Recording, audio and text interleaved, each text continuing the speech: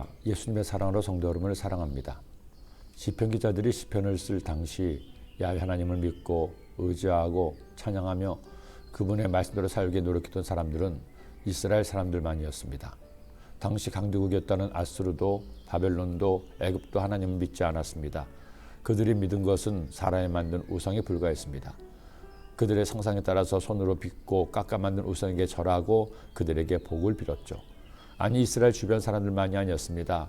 당시 이스라엘의 동쪽 아시아에서는 황하 문명이 발행했고 마침내 중국 진나라의 시황제가 전국을 통일하기도 했습니다. 당시 시황제의 위세가 얼마나 대단한가는 시황제의 무덤에서 나온 엄청난 규모의 병마총을 보면 알 수가 있을 겁니다. 그러나 그런 위세를 가진 그도 당시 사람들도 야훼 하나님을 믿지 않았습니다. 아니, 그런 분이 있음도 알지 못했습니다. 오직 하나님께서 당신을 가르치신 이스라엘 민족만이 하나님을 알고 믿었던 겁니다. 그런데 그들은 그런 상황에서 이처럼 노래했습니다. 우리가 들은 대로 만군의 야훼의 성, 우리 하나님의 성에서 보았나니 하나님이 이를 영원히 견고하게 하시리로다. 하나님이여, 우리가 주의 전 가운데에서 주의 인자하심을 생각하였나이다. 하나님이여, 주의 이름과 같이 찬송도 땅까지 미쳤으며 주의 오른손에는 정의가 충만하였나이다. 이스라엘 민족의 이 노래는 얼마 전까지만 해도 꿈결에나 불러야 될 노래였습니다. 만군의 야훼의 성, 하나님의 성이라고 찬양하는 예루살렘 성에 유대인들은 없고 이방인들이 살고 있었기 때문입니다. 그것도 무려 1900년간이나 예루살렘은 이방인의 성이었습니다. 그러니 유대인들이 1900년간 이 시편을 읽으면서 무슨 생각을 했을까요? 무슨 꿈을 꾸었을까요? 과연 이 노래가 현실이 될 것이라고 상상을 했을까요? 그런데 1900년 만에 꿈이 상상이 현실이 되었습니다. 1948년 이스라엘의 나라를 세우고 예루살렘을 반이나마 그들의 땅으로 얻게 되었습니다. 그리고 4차례에 걸친 전쟁 끝에 마침내 예루살렘을 완전히 얻게 되었고 이스라엘은 드디어 텔아비브였던 수도를 예루살렘으로 옮기게 되었습니다. 이 시편이 마침내 현실이 된 것입니다.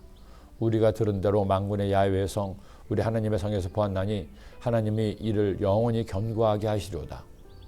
지난 2018년 예루살렘을 갔습니다. 예상과는 달리 예루살렘은 너무나 평온했습니다. 이전에 갔을 때보다 훨씬 군인들도 적게 보였고 성지순례로 내려온 순례객들로 도시 전체가 붐비고 있었습니다. 통곡의 벽에서는 전통 복장을 한 유대인들이 기도하고 있었고 한쪽에서는 일단의 가족들이 아이의 성인식을 하고 있었습니다.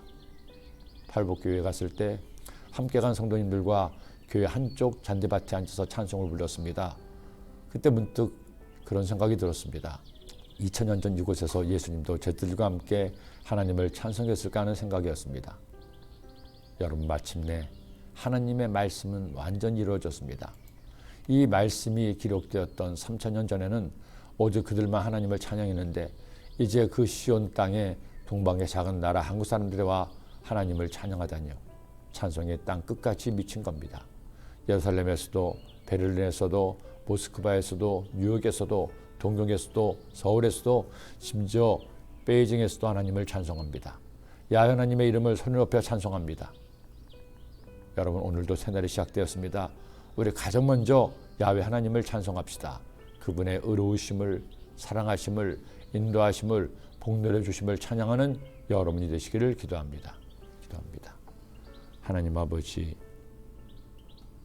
이스라엘 백성들이 하나님의 거룩한 성 예루살렘에서 하나님을 찬양한 것처럼 우리도 우리가 있는 그곳을 나의 예루살렘 삼 하나님을 찬양하게 하여 주시고 그렇게 매일매일 주님의 이름을 높여드리며 주님을 찬양하는 주의 백성 되게 하여 주옵소서. 예수님의 이름으로 기도드립니다.